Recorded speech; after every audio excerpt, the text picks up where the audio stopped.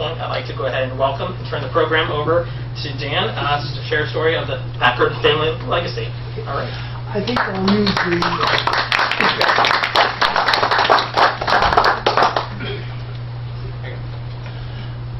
the mic seems to be working very well. I hope you can hear me.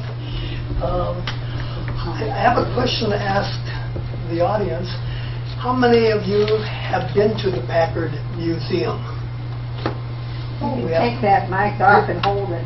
Beg You pardon? can take that mic off and hold it. Can we get just closer to it? I like the point. I talk with my hands. There's a good number of people here have been to the Packard Museum. I think this will then make sense to you when I talk about the Packard family. See if I get this working.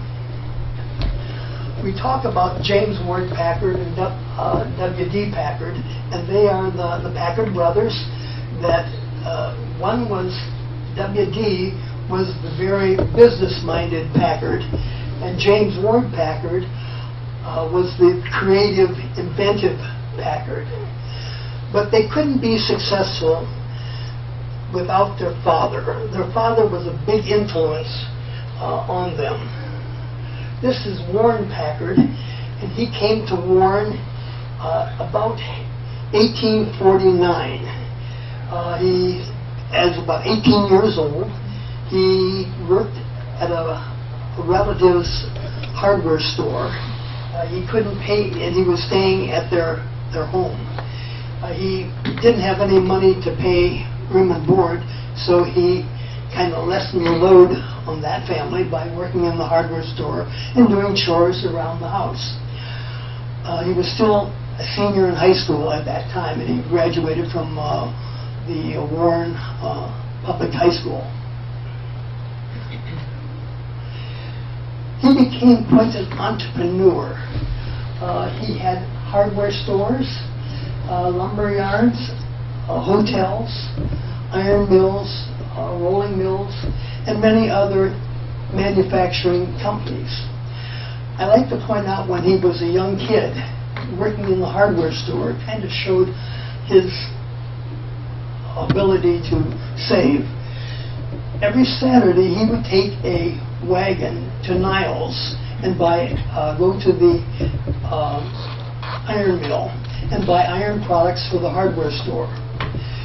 All week long, he would gather up scrap iron and put it in the wagon, and he would sell that scrap iron. Now, that money went in this pocket, while the other money went to the hardware store and buying the hardware products. But he was always trying to find ways to invest and to save. And in all of his, like I mentioned, the sawmills, he had 13 sawmills that ranged from Warren all the way up through Dunkirk, New York. And he wasn't making fancy lumber and Duncan White furniture. This was at the time they were building the Transcontinental Railroad. And he was, as fast as he could make a railroad tie, he could sell it. And he saw an opportunity, he saw a need, filled it, and that's what an entrepreneur does. And he kind of taught his young children to do the same. In his personal life, however, he was not so fortunate. He married Sylvia Camp on September 1st, 1852. They had two sons. Their first son, Rolla, died in 1855. I'm looking at it sideways here. I can't hardly see it. At the age of only 10 months. The second son, Harry, was born in the fall of 1856. His mother died just a few weeks after, and on December 4th, when she was only 23 years old. Harry died December 1858, 2 months after his second birthday. So you can see he was very, his personal life was very difficult. He remarried and married Mary Elizabeth Dowd Packard. And this picture is of her and their son, William Dowd Packard. They had two boys, William Dowd Packard, James Ward Packard, and you can see the dates from 1862 to 1924. The other was 1863 till 1928, I believe. They had three daughters, Alaska, Carlotta, and Olive. And notice the date. Let's see if I can get the point here. 14 years later, kind of a surprise, Olive came and became part of the family. Now, in Warren, at the corner of, this would be East Market and Elm Street, and we're standing right at the same setting of where the Sunrise Pizza Parlor would be. If you're from Warren, you would know exactly where we're at here. There's a vacant lot here, and that's where their first home was at. Okay. Their second home, now on Park Avenue, this building here that is the Packard building, but they had their second home there, and it was a frame building at that time. All the homes next to across the street from the courthouse, that was a good location. The closer you were to the square, the better the location. And the Packards had their home, a frame home, right at this location. In 1872, this is the Packard Mansion. That's what corner of High Street, and which would be Main or Mahoning Avenue, right next to the Presbyterian Church. And this is a fantastic, beautiful home. 2 years later, I mentioned they had the sawmills up in New York. Mr. Packard bought this hotel, and the hotel was already in existence, but he added this part here, the balconies and the wing here, and he put carpeting in and made it a very high-class luxury type hotel, and that was supporting the guests that would come to Chautauqua Lake. The boys, however, they learned how to do things from their father. W.D. Learned about keeping the books, and he took care of all the books and business end for his father. He may have had 13 sawmills, the hardware stores, the hotel, all of that he was doing as a teenager. James Ward, he was very mechanical, and he learned about the tools and everything that they had in the hardware store. And he learned how to use all the tools. And they would mail order Columbia bicycles, and they had their own business, and this is the advertisement for the Packard brothers. Now, mind you, they're still in high school. They're starting their own business, as their father would have done. And one would order them, and James Ward would put them together, and they had quite a business going. W.D. also became a telegraph operator, and he had that in the hardware store and also at the hotel. Their education, all of the Packards graduated from the Warren City Public School. William Dowd went to Ohio State and studied business. James Ward Packard graduated from the Lehigh University with a degree in engineering. Now, they didn't have electrical engineering, mechanical engineering, as they divide all these different kind of degrees up today. But engineering, he found an interest in electronics because that was just being introduced at that time. Now, if I was talking to the school kids, I would go to the next slide. But I also, but this crowd here, W.D. Packard only went 1 year to Ohio State. He felt he had already been doing everything that they were teaching. And he went home and worked in the hardware, worked in the hotel, and helped his father. After graduation, both the brothers went to New York City, and they got employed by a company by the name of Sawyer Mann Electrical Company in New York City. This is their building. And they were doing quite well. They worked there for 6 years. One was in engineering and one was in sales. And they were climbing the organizational chart very nicely. However, because the way they were brought up, they never worked for someone else. They always were the boss. So they decided they'd come back to Warren and start Packard Electric Company.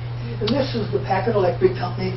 This is right on North Park Avenue and Dana Street. They started out having stock in the Packard Electric Company, and they thought with their father's good name, their stock would sell very nicely. However, it didn't move as fast as they had hoped. So W.D. Packard, who was the business-minded, and his brother always claimed he was the best businessman his father he ever knew. W.D., while he was in New York City, he became friends to a man by the name of Mr. J.W. Peel up here. They made him president. He was quite a successful banker and financial person in New York City. And they changed the name to New York and Ohio Company, still with the Packard name in there. And that was in 1891. And then the stock took off because the name. Now, Mr. Peel probably never was in Warren and didn't have the foggiest idea what they were doing, but his name made that a viable company. Miss Alaska Packard, she was put in charge and was plant superintendent. This is Alaska there. It was unheard of to have a woman in management at that time, in the early 1800s, early 1900s. And she had over 100 women working for her. And Mr. Packard, they were making electric lamps. And they realized that women have small hands, and they could handle the filaments that men, their hands are larger and bulkier, couldn't do it as well as the women. And so it was natural to put Alaska in charge of women, and they hired women to do that job. Here they are working. They are making electric lamps. They became the second largest manufacturer of electric lamps in the world, Thomas Edison being the first. William Dowd Packard married Anne Harley, I'm not standing at the wrong angle, is it Strober? On June 11, 1891. After only 4 years of marriage, Anne Packard died on June 28, 1895, from complications in regards to appendicitis. She was only 28 years old. Anne had a son. His name was Warren Packard II, who was born on October 5th, 1892. Now in Warren, this is the second courthouse. This was in the square of Warren. The Packard Mansion was right behind it, and the Packard hardware store was right in front of it, across one on High Street and one on East Market Street. This is what the courthouse would look like in 1895. Then it caught on fire, and they had to replace it. Now, I showed this picture before, and this is where the Packards had their family home. Well, they tore the family home down and built the excuse me, I'm sorry. Come on, there we are. There. Back here to the Packard, they built the Packard building, and right after that was completed, the courthouse burned down. So Packards donated that building to the city to have the courthouse. They had their court cases in the Packard building until the new courthouse was completed. Here they're having a parade. Warren was the first city in I believe the world to have electric lights, and you can see the light, and no better reason to have a parade. Mr. Packard is, this is James Ward Packard, is out on the lake in Chautauqua, and Carlotta and Alaska, and all of them are enjoying their trip on the lake there. Their fun suits. Now, if you look at this picture closely, this is at the corner of Mahoning Avenue and High Street. The building over here is the new courthouse. And there's a sign right here that goes around the park, keep people back from the construction area. And they're advertising the racket store. Now, if you're from Warren, there was an old store in town, and it's not there now, but not too many years ago, it went out of business. But it was advertising the racket store. And here are the Packards on their bicycles enjoying the day. The road was just getting paved with brick. Here is a picture of the Civil War monument right across from the Presbyterian Church and Mr. Packard's family home.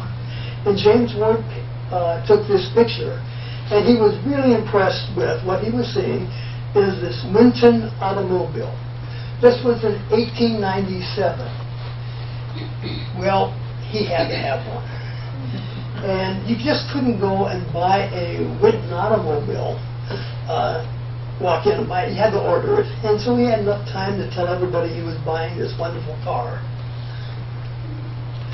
And this is what the car would have looked like. It was in 1898, Winton automobile.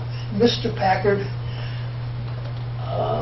went up to Cleveland on the train, got his car, and started driving back from Cleveland to Warren.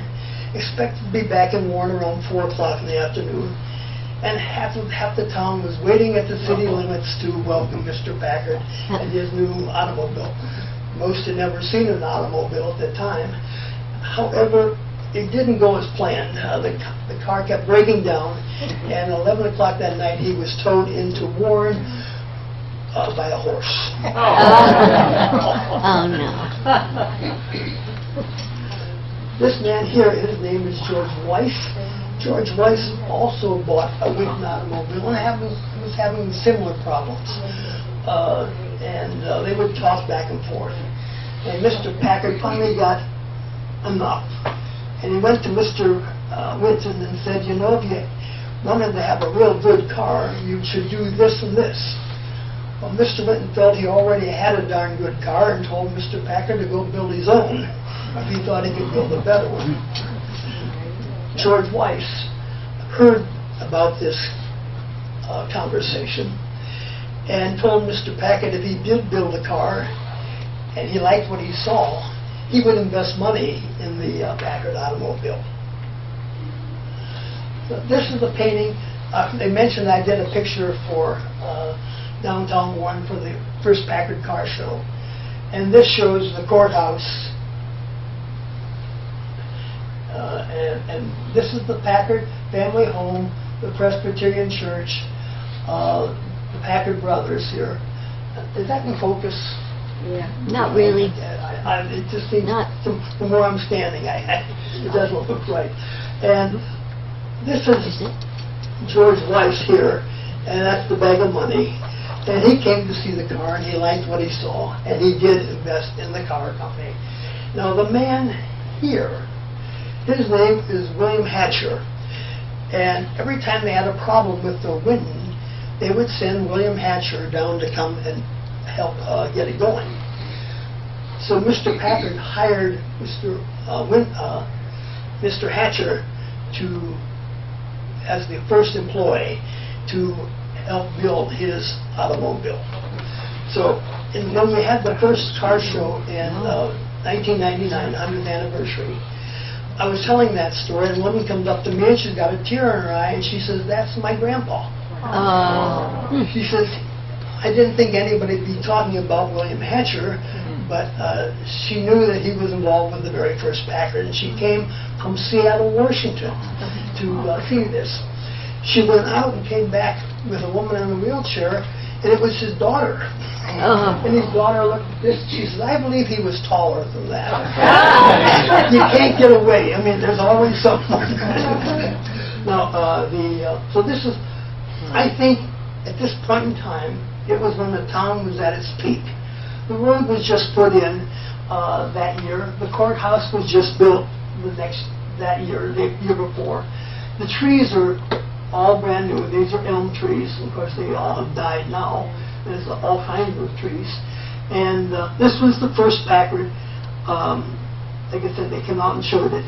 And George Weiss did like what he saw. And there was a man took a picture, and we... That's a closing shot. How much would that have cost? Big pardon? How much would that have cost? What do you mean cost? What? Car. The car. Cost. The car? $1,100. And that was really a very expensive car. That was a lot of money then. And that's my goal. Now, these three men here, I'm sorry. Was it a good car? Beg pardon? Was it a good car? Very good. In fact, I've ridden in it. It's been here. It's now at Lehigh University. Still runs fine. Mr. Packard didn't like it because it looked like a buggy waiting for a horse. So when Mr. Packard started building more cars, he started to put a nose on it. And one of his things was the invention of the radiator, which then made the front of the car a little longer. I was going to mention these three men here. The man in blue is Terry Martin, and he restored the number 1 car and for Lehigh University. He also restored this is called the Old Pacific. It's a 1903 Packard. The man, like the man in the blue. This man in the center here, that's Warren Packard III. I mentioned that Warren Packard II had a son at 2 years old, and this is Warren Packard III. And he introduced, I was showing this picture, and I was at the painting there, and he asked me if they had any daughters, and he was quizzing me. And I said, yes, they had 3 daughters, and he said, can you name them? Olive, Carlotta, and Alaska. It's very good. And then he takes out his wallet and he introduces himself as Warren Packard III. So that's how I got to meet him. But he's full of information and has helped tremendously in finding out the story. The man in white here, his name is Roger White, and he's the grandson of George Weiss. He Americanized the word Weiss. I guess that means white in German. And so he Americanized the name, and that's the grandson. And he brought a lot of information that no one had heard about. When I went to, I was working at Packard Electric, and in 1890, they were going to have a 100th anniversary of Packard Electric. And it talked about the lake lamp business. And nobody knew anything. They were really surprised that there was no records, and we started, that's when the museum actually got started. And I was getting started in finding out the history of the Packards. This is the first Packard, and this is the picture that was taken by that photographer that day. Notice there's snow on the ground here. It was on November 7th. There was snow one day, the next day it's gone. An hour later, it's gone. And this is closer to the factory. And I drove it, I brought the car in the picture in front of the Packard hardware store. There you can see the Packard and the family home and kind of the more of the story as you look into the picture. This is the Ohio Automobile Company. The building here is the lamp plant, and they were going to build all down the street here. And that actually was built, and that became Packard Electric also. Is that Dana Street there? That's on Dana Street, yes. 1900, I mentioned that the Mr. Packard started to put a nose on it, a storage case. Also notice it has a steering wheel. Up until that time, the cars were all steered by a tiller. Looks like a shovel handle, if you will. And the Packard was the first American car to offer a steering wheel in 1900. Here's an ad for the Packard automobile in 1900. And this shows one with a tiller on the bottom, and the top one has the wheel. Each time they made a car, it was better than the last one. It was constantly being improved. In that ad, there was a group of 5 cars in a row, silhouettes. This is where that silhouette got the idea. But you can see the cars back at one end don't have a steering wheel, but the cars at the other end do. Here it is in New York. This is 1901, called the Model F, and it's improved. It has like I say, the steering wheel, as well as many other improvements. Here you can see in 1902, it has the radiator on the front of the car. And notice the gentlemen that are riding in the car, these are all very wealthy people. And the area that they're driving in is a beautiful area. This man here is Henry Joy, and Henry was, his father owned the railroads. I mentioned the Packard made a lot of money making railroad ties. Owning the railroad, there's always someone that has more money than you do. And Henry Joy's father was that man. And Henry Joy wanted to buy a car, and he went to New York to look for a car, and he was considering a Stanley steamer.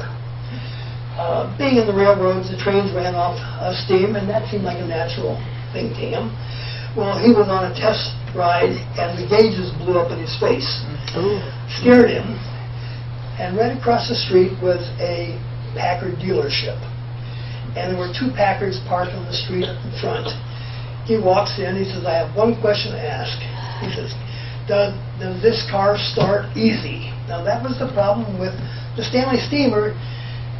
It started easy, but you had to wait until the steam got hot so you get your steam up. On the combustion engines, you had to crank them, and sometimes these were very difficult to start. At that exact moment, a fire truck or wagon went down the street, bells ringing and horses drawing, and 2 guys ran out of the back of the Packard dealership. Each one jumped in, went out to their car, one crank, jumped in the car, did a U-turn, followed the fire trucks. That sold Henry Joy. That was his test drive. And he liked the car so well that he wanted to buy the company. And the Packards wouldn't sell him the company, but would sell him tell him to buy stock in it. So he went back to Detroit and got a lot of his business friends to buy stock in the Packard Motor Car Company. 1902. We were talking earlier to this one of the gentlemen out here, talked about this building here. There's talk of restoring this building, but it hasn't, nothing started. This is a recent photograph. The building was designed by the same architect that built Grand Central Station. I can't think of his name. Is that on North Park? Is that on Park? North Park, yes. And this was very exclusive apartments. There was a Kinsman house, a beautiful home on Mahoning Avenue. Mr. Kinsman was a land grant and made quite a bit of money. And he bought this apartment house, or he had this apartment here. This is the plant over the electric company. They made over 500 cars in the 4 years that they were there. They had an assembly line. It was, instead of the cars moving, the men moved from station to station. But it was always a very high quality car. 1903, they took this car here and drove it across country. They took it out on the railroad, on the train to California, and started from California to New York City. And they made the trip in 62 days. Now, you can do a lot better today. But we have roads, and we have big ranges. Roads make a big difference. As you can see, when you come across the desert, you just had to have to steer. One of the ways that they were to get across the desert, because they would sink in the sand, is they would lay a tarp out in front of the car, drive over it, pick the tarp up, carry it, leapfrog, 2 tarps. And I think they said they were traveling at a speed of 2 miles an hour, and you could walk back at certain places on their journey. The same year, they built a 4-cylinder engine, and at the fairgrounds in Warren, they called this the Gray Wolf, and they streamlined it, put a 4-cylinder engine in it, and wanted to see how fast it would go.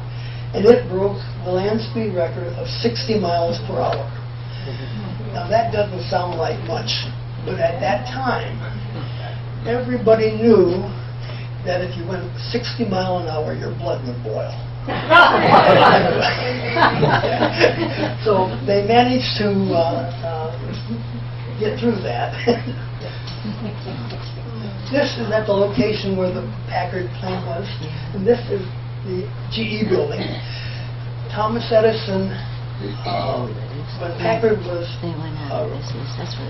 said to be the second largest lamp plant and won Best of Show at the World's Fair, Thomas Edison sued the Packard lamp company, and thinking that they must have copied his patent. Well, the courts ruled in favor of the Packards, and said that they didn't didn't break any patent rules. So Thomas Edison bought the lamp business. No, they left the car business, but bought the lamp business, and that's where GE Lamp in Warren was for almost 100 years, and it just went out of business. A couple of years ago, they tore that plant down. It's gone now. October 10th, 1903, they moved to Detroit to build the Packard Motor Car Company. I mentioned Henry Joy and his friends who bought stock in it. The stock, they voted, where will we build? Packard had already started building the plants on Dana Street, but the stockholders voted to move it to Detroit. There were more people from the Detroit area that owned Packard stock than there were people from our area. So it was moved to Detroit. Packards didn't want to move to Detroit. On the day that they were moving, his mother passed away, and they were in Detroit, and they turned around and came back, and they decided just to be on the board and not be on the day-to-day business of the plant. And Henry Joy became the superintendent and plant CEO. I mentioned that Mrs. Packard passing, and when this is her home, and she, and I would say donated it, but it became the headquarters for the American Women's Suffrage Association. Harriet Upton had her office in there. That's not the Upton House. It then became Hall's Music Store. This is another picture of the mansion. And inside there is this pianos and how the rooms were. They would sell the the pianos and music. This is around 1960, and this is the old YMCA, the tall part. They tore this down. It became the Elks. At this time, it's the Elks Club. And they put a big porch on the front of it. And I'm assuming that the rooms and everything were all moved around, made it so they could entertain. It was not like the Packard home anymore. So it was torn down. Of course, back in the 50s and 60s, if it wasn't shiny, it got tore down. And this, unfortunately, was torn down, and that's the new part of the Y. That's where the swimming pool is. And that's at the corner of High Street. In 1904, they came out with the four-cylinder engine. The same engine that went 60 miles an hour is now in a production car. And notice we have a front end. The cars look like more like an automobile than a buggy. And this was a very good car. I'm sorry. This is Mr. Packard. He bought it in 1904, and him and his wife headed out in their new 1904 Packard on their honeymoon.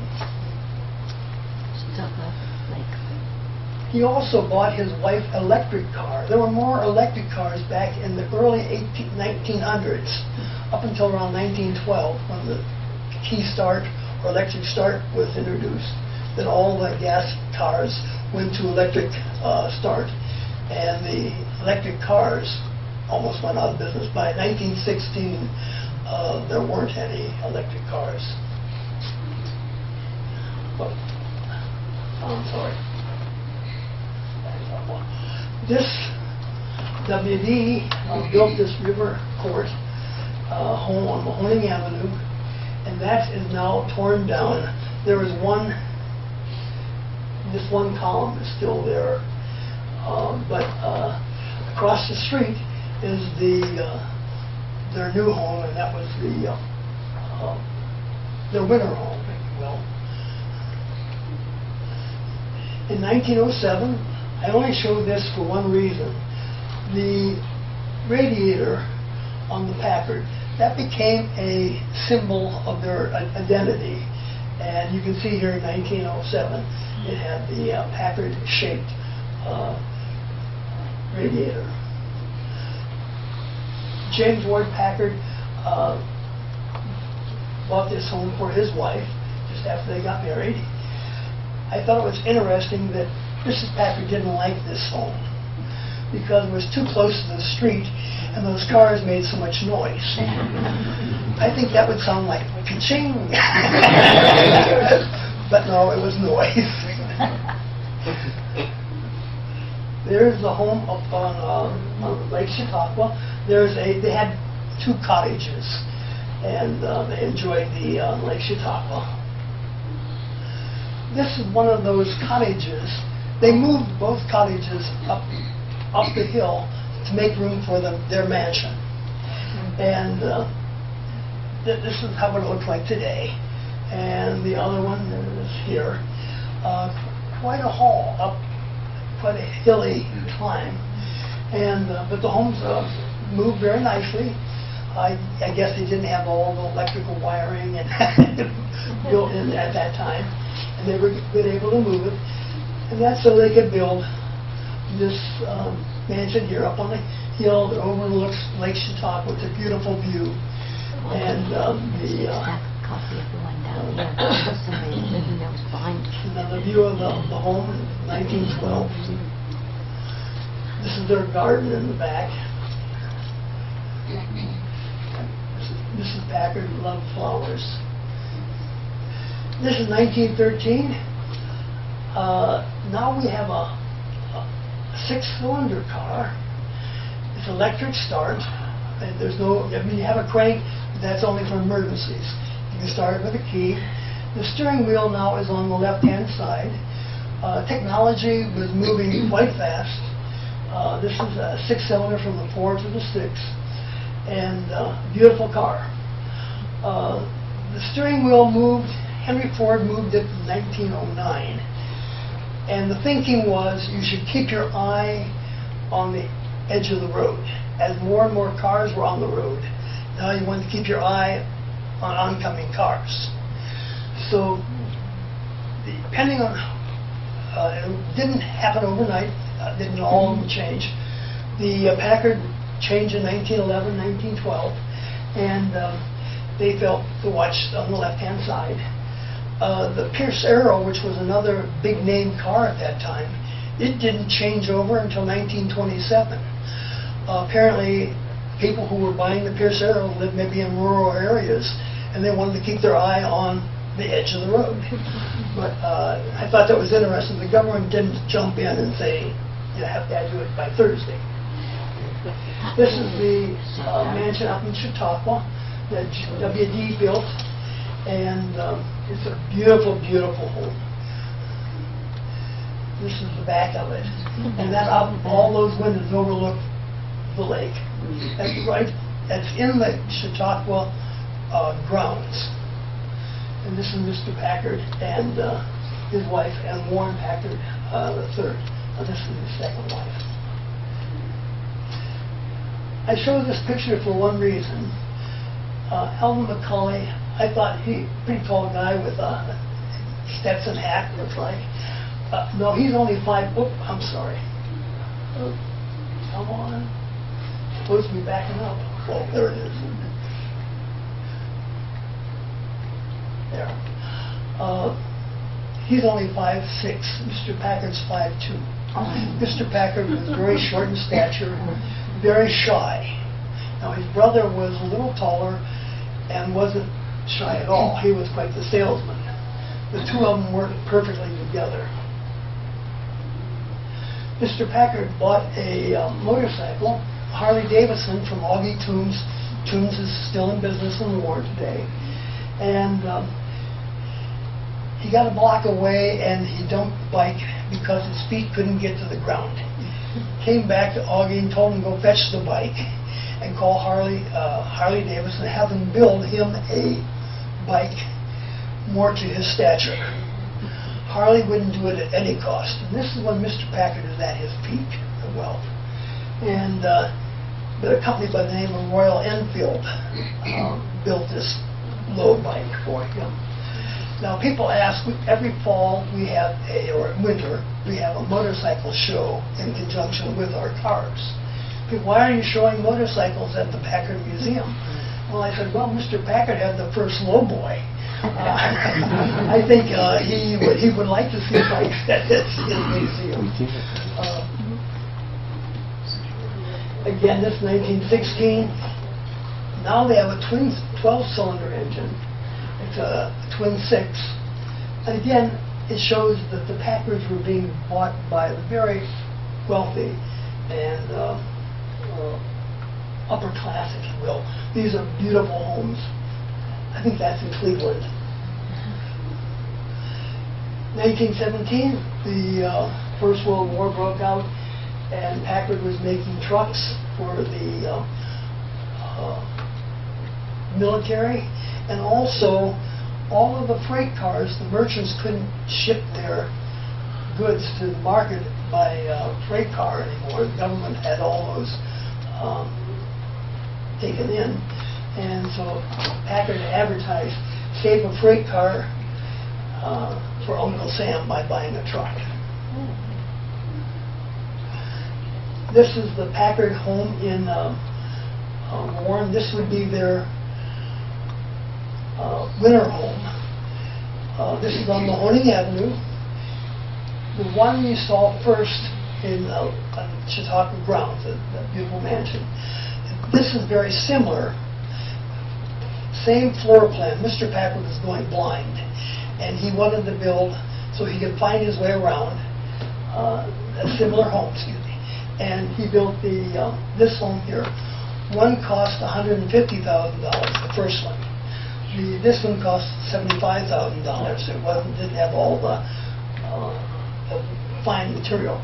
I think on the other one they said that every slate was 36 pounds each, imported from Belgium. So I mean, they really did themselves. And this now is part of the community hospital. Now we're at 1919, and I'm looking at, what time is it here? I forgot to check. We're getting closer, so I'm going to have to move along. In 1919, they had, they built airplane engines for World War I, and they put one of them in a car and wanted to see what kind of land speed record they could do. And they broke the land speed record of 149.9 miles per hour. That lasted up until 1951. I think Olds built it. I think back, that's before airbags, safety belts. They had a pair of gloves, a cap, a change of underwear, and we were all set.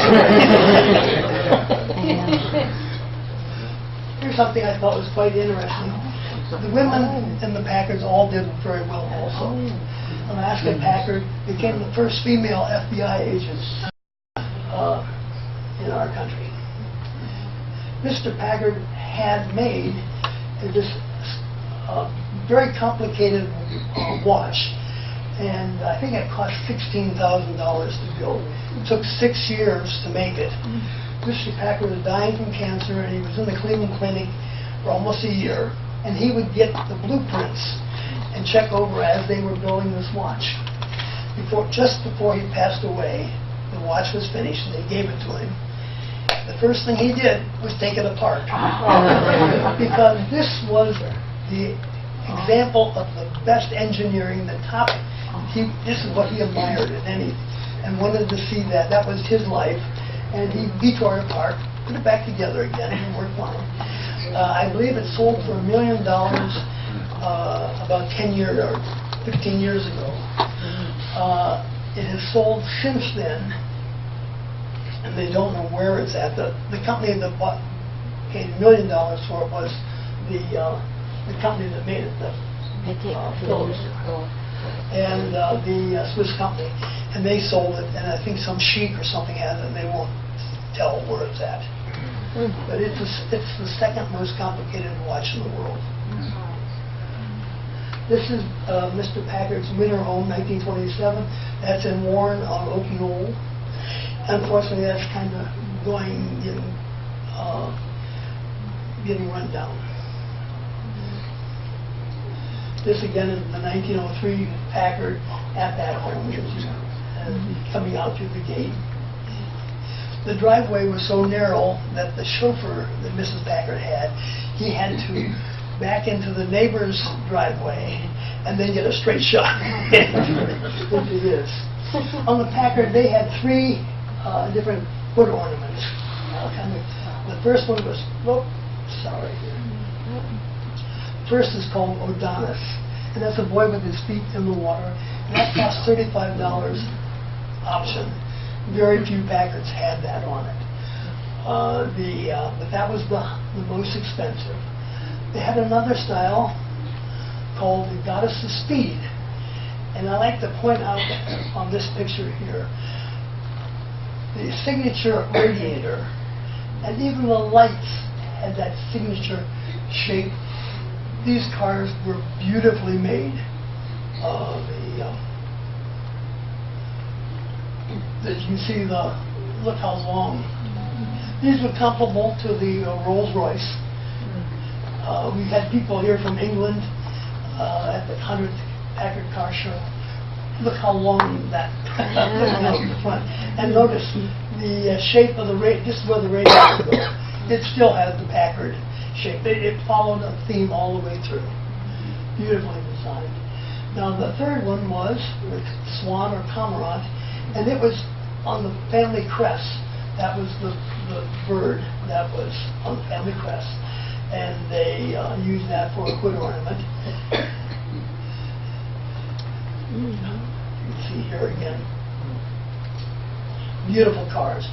And notice the settings. Again, it's very elite. Well, the war broke out, and Eisenhower drove a Packard, and I noticed that all these cars over here are all Packards also. 1942. Packard also built the Merlin engine, and the Merlin engine was used in the Mustangs, the P-51 fighters, and that literally changed the war. Also in the PT boats, like PT-109 Kennedy, they would have as many as 3 of those engines in one boat. The whole Navy could water ski behind them. In 1948, Packard came out, was the first of the production cars to come out with a car available for the public.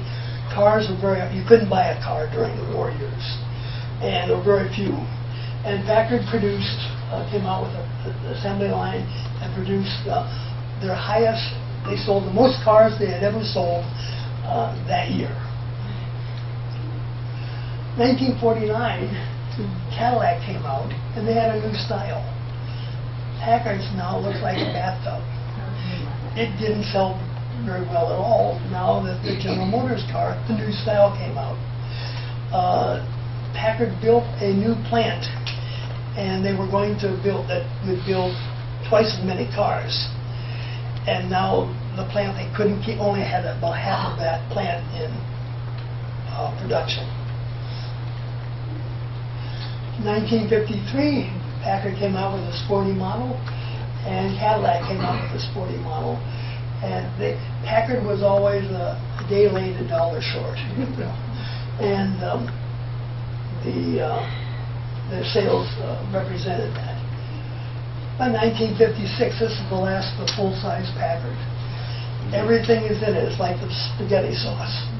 A beautiful car. It now has the bulleted, torpedoed bumpers. It has the wraparound grille. It has the Frenched headlights. It has a hint of a fin. By 1957, everything had fins. They went to the bank, and they wanted to get financing for their next model year. This is 1957. Notice the porthole. It had a swivel seat. The top here was roll top, like a roll top desk. Here's a picture of the back end. It has the fins, and this window would go up and down. The bank says, no, we weren't going to finance you. 1 week's time, they're out of business. Those engineers, Packard engineers, were always sought after. And they quickly got hired in at Ford and General Motors.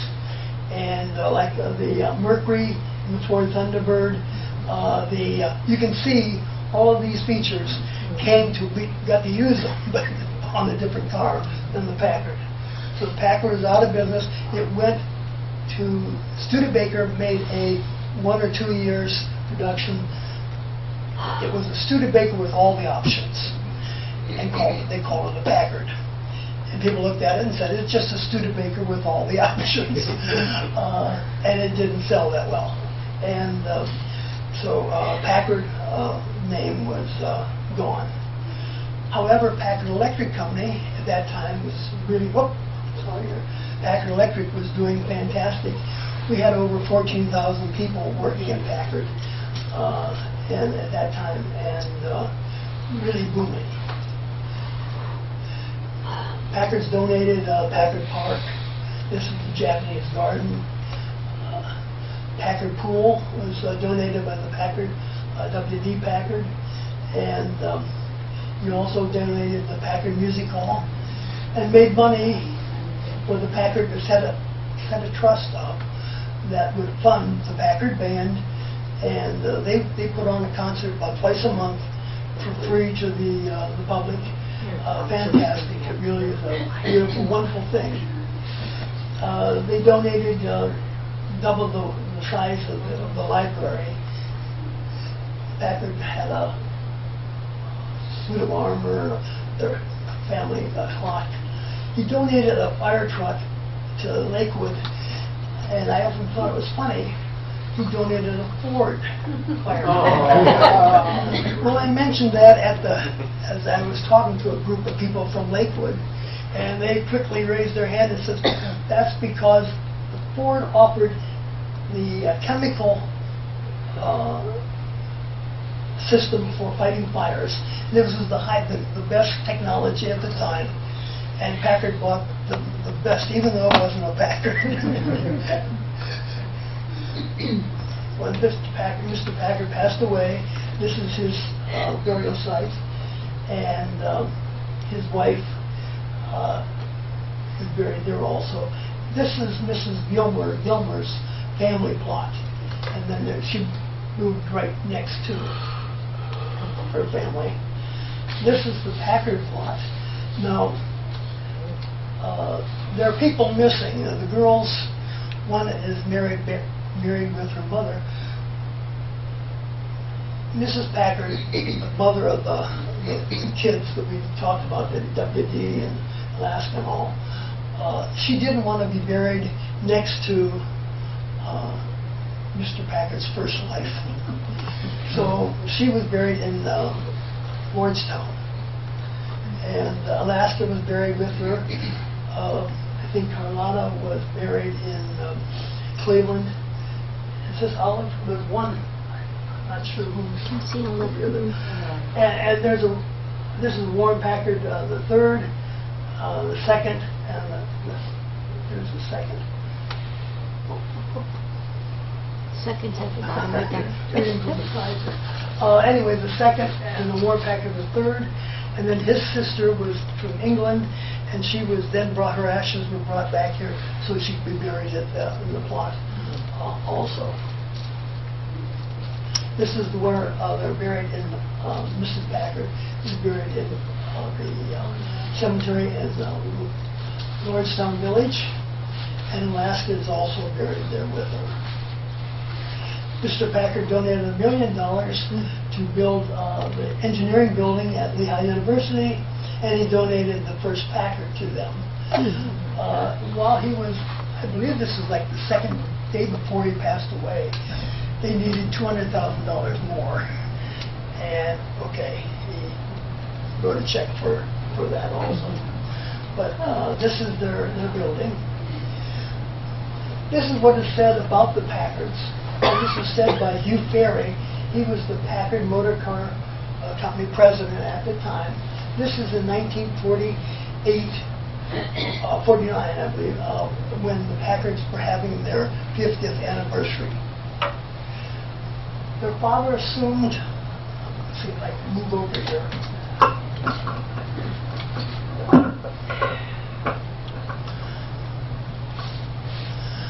Their father assumed a fortune. This was large enough, I believe, for the Packard brothers to have lived comfortably without ever making a lamp, electric cable, or an automobile. Instead, they chose to be capitalist in the best sense of the word.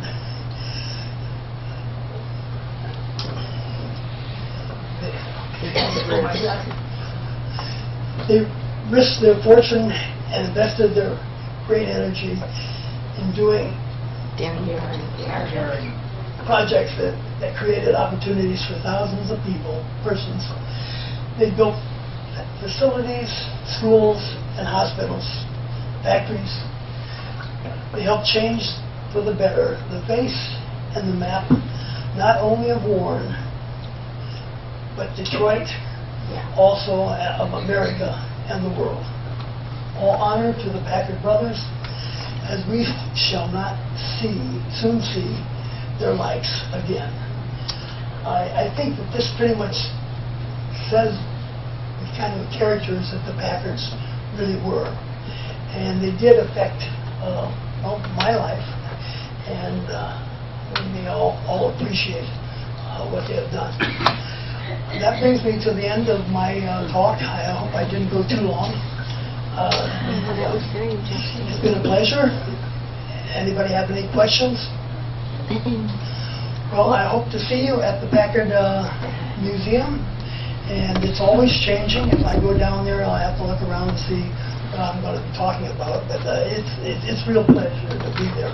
There are some beautiful, beautiful cars. We have one particular car there that's worth over $300,000.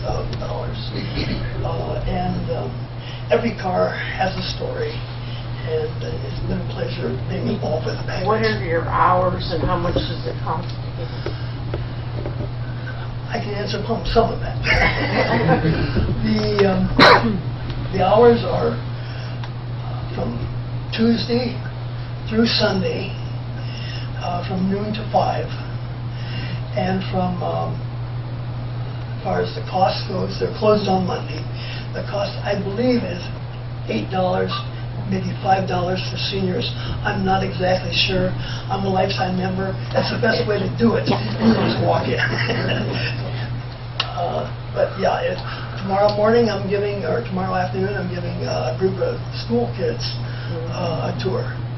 And it's just a lot of fun to be involved with. And I'm sure being involved with your museum here makes life a lot more enjoyable. Well, I thank you very much.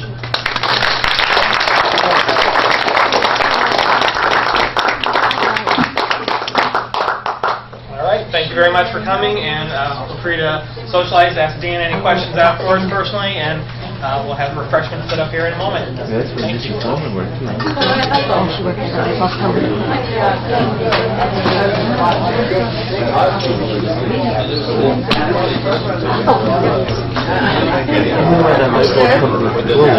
Huh? The light bulb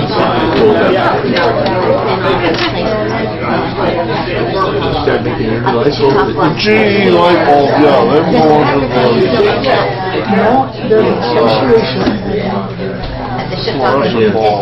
Four And parties. the union didn't want to go along